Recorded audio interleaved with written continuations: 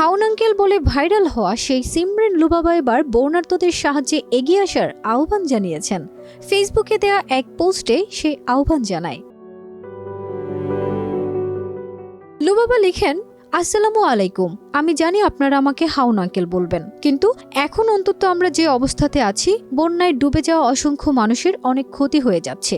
আমরা এখন আপাতত এই ধরনের কমেন্টস থেকে দূরে থাকি। আসুন আমরা সবাই বন্যায় অসহায় মানুষের যে যেখান থেকে পারি সাহায্যের হাত বাড়িয়ে দেই। সন্ধ্যায় দেয়া এই পোস্টে লুবাবা লিখেন, আমি শুনছি এবং আজকে আমি ফেসবুকে দেখেছি, আমার মা আমাকে দেখিয়েছে, দেখো মানুষ কত মারা যাচ্ছে, যারা মারা যাচ্ছে তাদের দাফন করার পর্যন্ত মাটি নেই, সব পানি। এই লাশগুলো নিয়ে কোথায় যাবে? এগুলো দেখার পর থেকে আসলে আমি চোখের পানি আটকে রাখতে পারছি না। সে আরও বলে, আমার মতো বয়সী এরা আজকে কতটা অসহায়। আসুন আমাদের মতো বাচ্চারা যারা আছেন তাদের কথা এবং বৃদ্ধ মানুষ তাদের কথা, পশু পাখি এবং সব মানুষের কথাই আমরা চিন্তা করি। আগে আমরা বাচ্চা এবং বৃদ্ধ মানুষকে বাঁচানোর জন্য বেশি চেষ্টা করব, কারণ তারা তো পানিতে ডুবে যাবে, কিন্তু বড়রা তো যেভাবেই হোক পার হয়ে যেতে পারবে।